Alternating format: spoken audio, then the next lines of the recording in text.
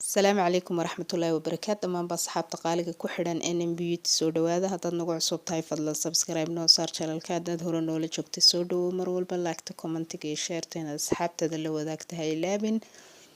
maanta waxaan idin wadnaa laba cunto oo kala duwan mid waa pizza fudud oo guriga si degdeg ah ugu sameysan kartid midna waa macmacaan yar oo waxyaabo kooban laga sameeyay insha Allah waad arki doontaan iyo siyaabaha loo sameeyay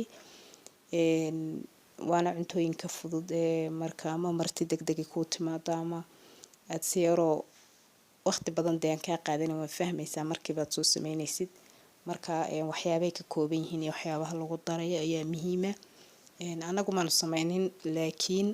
waxaan u soo turjunay uga dhignay af Soomaali inay fahmaan dadku waxyaabaha laga sameeyo raaliha dadka qaar baan fahansaneen waxyaabo yaro ay heli karayaan ka sameyn karaya markaas sida loo sameeyay la socyo waxay ka koobantahay waa koob biyo ah malqacad khamiirka burburan ama fixisada malqacad saliid saytuuna koob daqiiqa milix intaas aad isku xashaysaa waa daboolaysaa ilaa 30 daqiiqo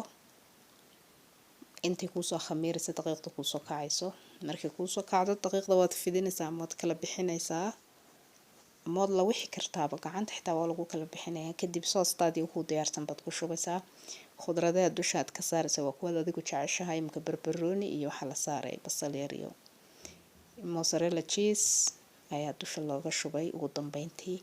ofinkeed gelinaysaa saasay soo baxaysaa inta ay koobkaaga sharaabka markaad jeex yar ka cunto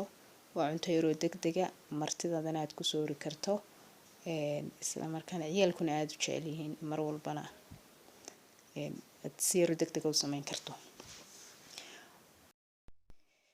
cuntada labaad baynu galeynaa waxay ka kooban tahay alaabta halkan taala aad arkaysaan waa buskut iyo jubin iyo creamka qoyan creamkaas waa creamka keegana lagu sameeyo waxa lagu darayaa jubnaha ama jubna keerigu ay jubin aad haysato macmacaanka lagu sameeyo ku darsan kartaa caanaha macaan baad ku daraysaa kadib intaas aad soo shiidaysaa ama si fiican baad soo ridqaysaa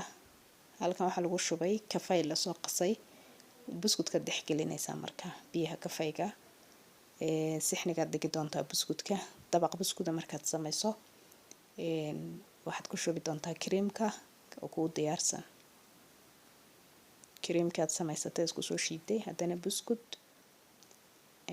haddana cream kale aad ku shubi doontaa marka creamkaad haddana ku shubaysaa saasaad soo dhigaysaa dabaq mar walba waad u dhexdhexaysiinaysaa creamkii buskutka saasaa lagu soo wadayaa ugu dambeyn saas soo baxay waxa la gelinayaa talaagada xagga sareed gelin kartaa haddaad degdegaysa hadii kale